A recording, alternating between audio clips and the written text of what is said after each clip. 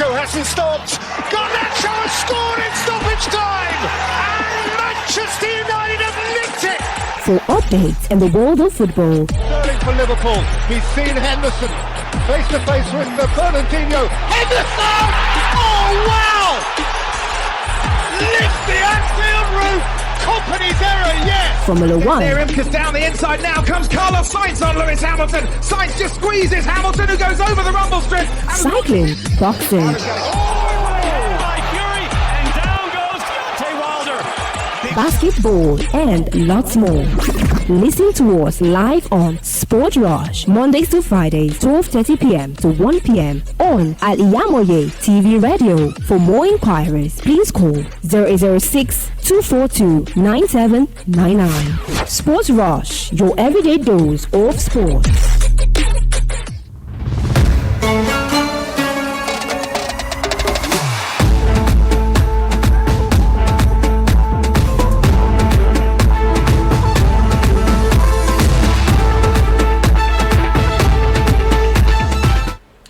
Everyone, welcome to another day of Sportville on Al-IyamoyeTv and radio, where we give you updates on sports all over the world today. And I am YAZID TAOHEED. I'm sure only much less in the sports. Okay, starting from the World Cup. The World Cup match came up today between Japan and Costa Rica, where Japan defeated Costa Rica 2-0. Now Japan has 6 points in their group after defeating Zambia in the first match, and now defeated Costa Rica. And Japan already gained 6 points in the group. And let's not forget the club friendly came on 3:30 a.m. today, where Wrexham defeated Manchester United 3-1. Someone made a comment saying the Wrexham, which Chelsea defeated 5-0, is the one defeating Manchester United 3-1, and they said they are competing for the league, where they are 2. Okay, now Spain is on the march with Zambia. In the first half, where Spain defeated Zambia 2-0. Let's not forget last week we talked about African teams in the women's World Cup. And now that day where Germany was about to play in Morocco, we're saying Morocco won the African Cup of Nations. We might see them try their best against Germany, but eventually they defeated 6-0 by Germany. And now Zambia again is playing against Spain, where Spain is defeating Zambia 2-0. Do you see any African team coming up to destroy any of the teams ahead of them? If we are going to see any African team that can progress to the next round, I think I can only mention Nigeria, the Super Falcons of Nigeria, and the Bayana of South Africa. Because if you look at the first game of Bayana against South Africa, where they play against Sweden, the game was very, very tight. It was South Africa that scored first, and it ended up in 2-1 against the South Africans. And if you look at the game that all these 4 African teams has played so far, you will see it's only Nigeria and South Africa that have a little edge. But out of the two, you can see Nigeria only have an edge, because now their next match will be tomorrow against Australia, and they can only have edge if they are able to defeat Australia or avoid defeat. Now, if they avoid defeat, it now depends on the results of the match between Canada and Ireland. Because Canada and Ireland will play, I think they are going to play first before Nigeria. If Canada eventually defeats Ireland, then it means Nigeria must try not to end up on the defeated side. They must bring in 3 points or 1 point against the Australians, because the last game against Ireland, if Ireland lose, then it means Ireland are out of the World Cup. It means they can easily go ahead and go and beat Ireland. But if they eventually lose against Australia, then they should find their feet, not being on the strong bridge. If you look at the most African team, let's say they have been over. I'll continue saying it. How many of these African teams have players playing in Europe? That is where my question lies. How many of them have players playing in Europe? It's only Nigeria that have more players playing in Europe out of the first 11. Most of these players from Morocco, Zambia, and South Africa, they are playing in the indigenous league. So if Africans want to compete on the front foot with all these women, they need to transfer and go out there to go and play in some leagues abroad. So from there, they will learn some little things about how ball is being played. They will not depend only on physique. Yeah. So if you look at Nigeria, the physique is there, technical wise, they are there as well. It's because they have a lot of players that are playing in Europe amidst them. So it's high time for them to look upward and find a way to go and play in the Europe League. I hope one African team qualifies to the next round in this Women's World Cup. So we Africans know we have edge over there. Okay, Arsenal and Chelsea on Michael Olise and Christopher Nkunku. Let's not forget Edu Gaspar made first interest in Christopher Nkunku, where Chelsea saw this as an opportunity to go and hijack the transfer from Arsenal, saying them to the water Christopher Nkunku. And now Chelsea have raised the alarm on Michael Olise, and now Arsenal too are going for the revenge to go and hijack Michael Olise, which Arsenal are even going to are not even sold enough players for them to be able to get another player. But they are pushing their head into the battle and putting all what they are to get Michael Olise or Christopher Nkunku. What do you see between the two teams? What I see to is it has been happening since between Chelsea and Arsenal. This hijack of a team.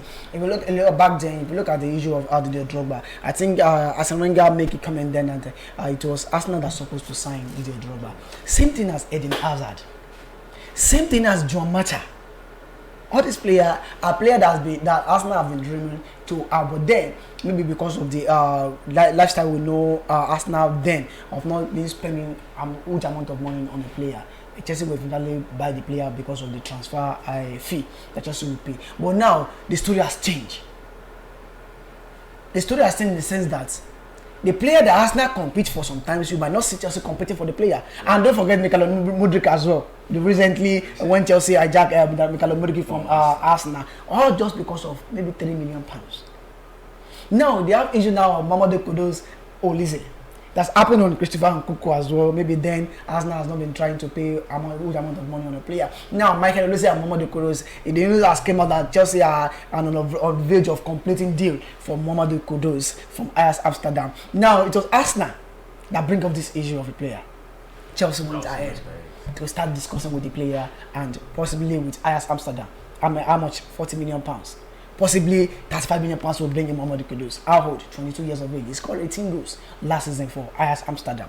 Whereby in the first season, it was because of Anthony, president at Ajax, that made Mamadou Kudus not to play so amount of games for Ajax Amsterdam. Now on Michael Olise, don't let's forget Michael Olise is on injury.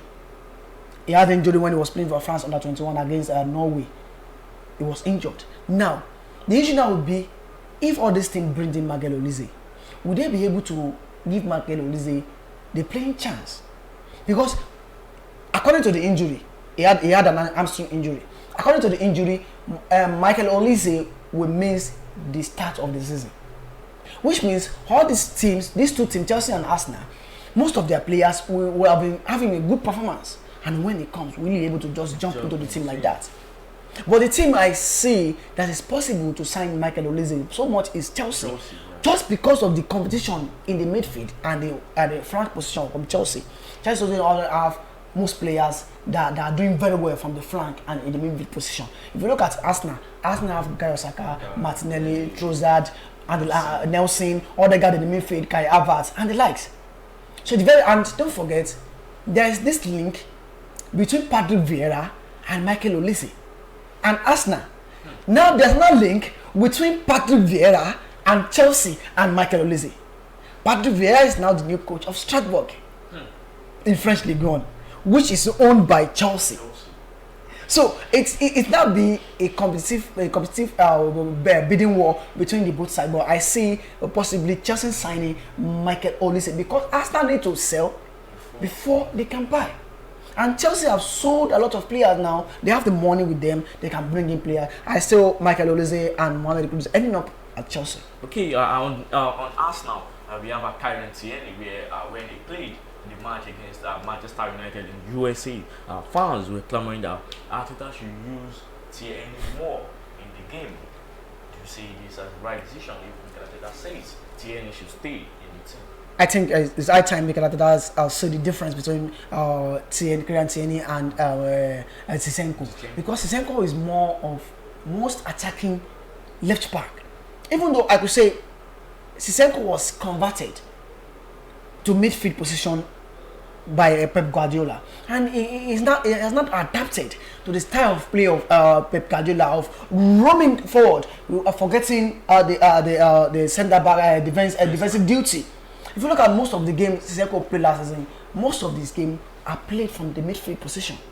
And don't forget, Kieran Tierney is very good defensively. Attacking wise, he's also good, but attacking wise of Sissoko and Kieran Tierney, Sissoko is ahead of Kieran Tierney. But with the first priority of a coach, of a defensive a defender should be how you master how to defend.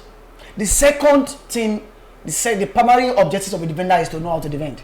Then the secondary assignment can be how you want to attack your opponent. And I think next season, Mikel Arteta should prioritize using Kieran Tierney more than Sissoko, because Sissoko, the kind of lapses Sissoko leave in the Arsenal defense is more than when Kieran Tierney starts for Arsenal. I think Kieran Tierney should start more for Arsenal this season. Kieran Tierney should start more for Arsenal next season. Okay, there was a deliberation we made last week on how Arsenal should arrange their midfield using 2 defensive midfielders and 1 attacking midfielder. But Arsenal against Man U, they used 1 defensive midfielder and 2 attacking midfielder. Which do you think will work out perfectly for Arsenal next season? That is the rice Arsenal coach Mikel Arteta is cooking now for Arsenal. I still say Mikel Arteta going with the same midfield setting he went with against Arsenal next season. Against Man U next season. Because I could say I don't believe Mikel Arteta will try to use 2 defensive midfielders. He will rather use Declan Rice, Kai Havertz, and Martin Odegaard. And with that, he will have more problem next season. His midfield will be very predictable, and we know Odegaard and Kai Havertz not being the player that always do the defensive duty. So there will be loopholes in the midfield of Arsenal this season. But I think the formation will be somehow dynamic in nature. Maybe sometimes Declan Rice, Partey, and Odegaard. Maybe sometimes Kai Havertz will still play first 9 for Arsenal next season. That is what Arsenal fans should believe. Kai Havertz will still play in first 9 position for Arsenal next season, for Mikel Arteta to have more presence of player in the midfield. So I still believe Mikel Arteta will go with Declan Rice, Kai Havertz, and Odegaard next season. Okay, let's take a short break from here. When we get back from the break, we continue on Liverpool's midfield options for next season. Do stay with us. Thank you.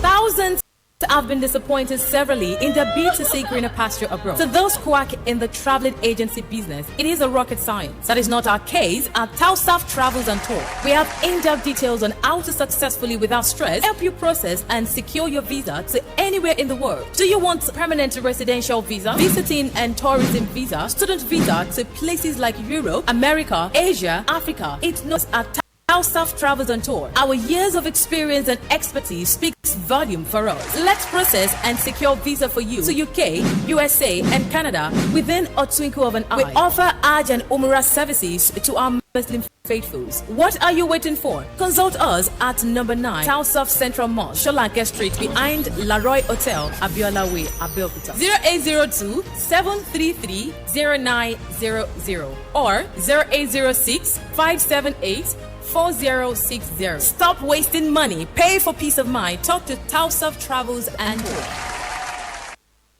Thousands have been disappointed severally. House of Zion.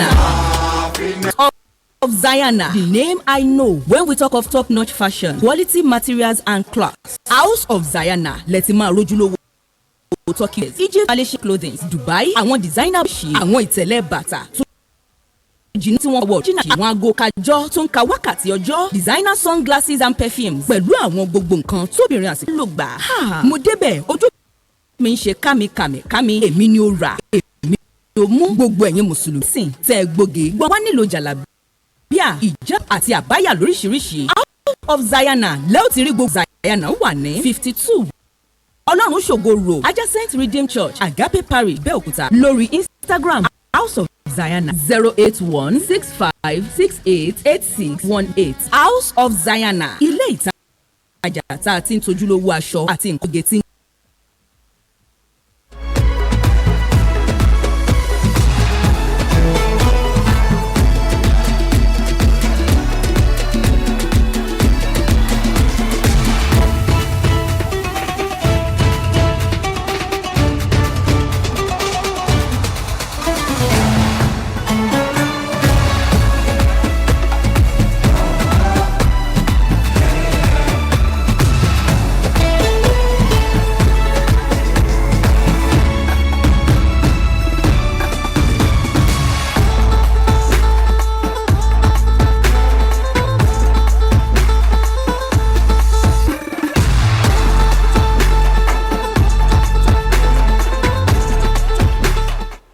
Welcome back to Sportville on Al-IyamoyeTv and radio.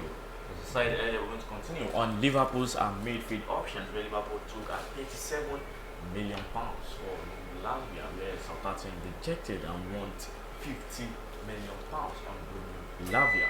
What will be Liverpool's next decision?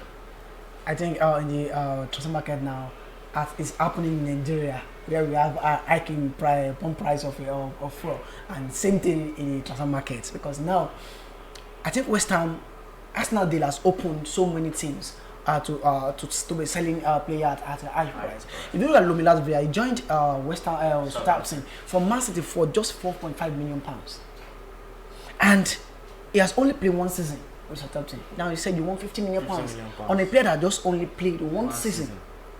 For you, it means now our team has now started overrating a player, and I think if West Ham United if Southampton said they want £50 million on a player, I think it's high time maybe Liverpool should pay the £50 million the Southampton want for Latvia, because now let's look at the age of the player, 19 years old. It's very good prospect, but my fear is we have Sabi Lukonga. This guy is a Belgian as well. When Arsenal signed Sabi Lukonga from Anderlecht, people said a lot of things about Sabi Lukonga. Is the new Vieira, is the new this, at the end of the day, where's Sabi Lukonga? It's nowhere to be found. Now with Latvia, it's also a Belgian as well. Just after his season, a team said they want to bring him in. Will he be able to cement his play in the first 11 of Liverpool? A 19 years old player. Don't forget Liverpool has Bexetic. They have like Curtis Jones. Yeah. In midfield as well. So Liverpool releasing kind of Fabio Carvalho and bringing in Latvia. Is it not the same like-to-like player? But I think Liverpool should focus more on an experienced player like Sophia Amrabat. How much is Sophia Amrabat? £26 million. It's quite. The price is quite low compared to bringing in Latvia. Aside from having experience in England, a year experience, and if you look at the age of Sophia Amrabat, it's quite a lot of. He had a lot of experience than Romelu Lavia. I see the midfield of Liverpool next season, there's still possibility. We are seeing Arnold in the midfield, because last game he also played in the midfield. But let's say it's just because Liverpool doesn't have any recognized defensive midfielder in their squad now. And don't forget, Fabio deal is about to collapse with Al-Hilal. So there's possibility Fabio will return back to Liverpool, and there's possibility as well that Liverpool doesn't sell Fabio.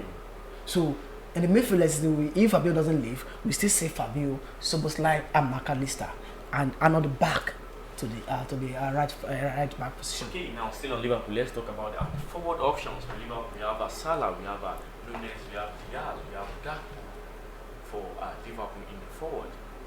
Who will be our first team in Liverpool's forward next season?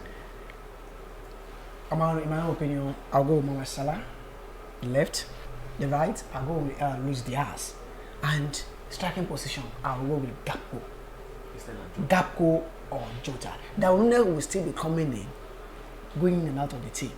Because if you look at the style of play of Gakpo and Jota, they don't always stay inside the box.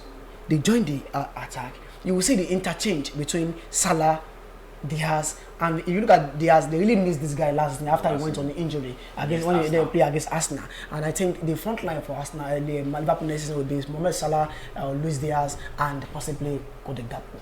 Okay, Bayern Munich, which have been on Harry Kane since all these days, and now the owner of Tottenham has told Daniel if Harry Kane is not ready to sign a new contract or if he's not ready to stay, just let him leave the team. And Bayern are up high on Harry Kane's issue to bring him into the team. I don't even know the problem of Daniel Levy. Now he has now let people know that he doesn't have much say in this team. Now, for the owner of Joe Lewis, for him to come out and say, if this guy doesn't want to sign a new contract, sell him. The amount they are bringing for this guy, 29 years of the age, 29 years old, the amount, Tottenham cannot save the such amount next season. And it's possible Harry Kane leave next season on a free transfer. If they say £80 million on Harry Kane, they should just collect the money and look for a player. And I say the head coach of Tottenham Hotspur, Angel Postecoglou, is now trying to suspend her to the pressure from Harry Kane. I think they are now looking at other options to bring in. Don't forget, the president of Bayern Munich has said something this morning. He said something yesterday that if Harry Kane joined Bayern Munich, it was very good for German Bundesliga and Bayern Munich because foreigners are not going to Bundesliga again. Most of their players that are playing in Bundesliga are most of them are home-based players. Look at Jude Bellingham. He's a foreigner as well, but he has left a German Bundesliga as well, going to Spanish La Liga. So there is now a possibility that Harry Kane will join Bayern Munich. Maybe let's say 60% joining Bayern Munich than staying at Tottenham Hotspur. Okay, Harry Kane will join Bayern Munich than staying at Tottenham. Who will now be the replacement for Harry Kane at Tottenham? Because they already have Richarlison. Richarlison who scored only a goal for them last season. Is he the one Tottenham will depend on for next season? They won't depend on Richarlison. I've been telling people that Richarlison is just an overrated player. When he was at Everton, he was shining there just because a team is built on him. Don't forget when he was at Watford, Richarlison is not a centre forward. Richarlison is a winger. When he was at Watford, so we don't know him for a goal scoring winger. Just know him for dribbling, drawing fouls. So I know Tottenham Hotspur, we all know them for having a highly profile player. They always bring in little players and develop them, and at the end of the day, team starts running about the player. And I know Tottenham Hotspur will try and bring in maybe a striker that we doesn't know. Don't forget they might went ahead for Oli Watkins of Aston Villa. We have a lot of strikers in England that Tottenham Hotspur can look up to and bring in, and as well go to Europe and bring in a small player and do the same. Okay, I want to talk on Dominic Calvert-Lewin. There was a time where Dominic Calvert-Lewin was the one bringing bells into the years of all teams. Even Arsenal then wanted to bring in Dominic Calvert-Lewin, but no one is going for Dominic Calvert-Lewin. Is it that he has lost his quality or what is going on around Dominic Calvert-Lewin? Everton. You know what? He's still a young player as well, and he still has some time to prove himself. And don't forget, he's an injury-prone player, so he still needs a full season to prove himself that yes, I'm the kind of player that can't replicate the form of Harry Kane for England as well.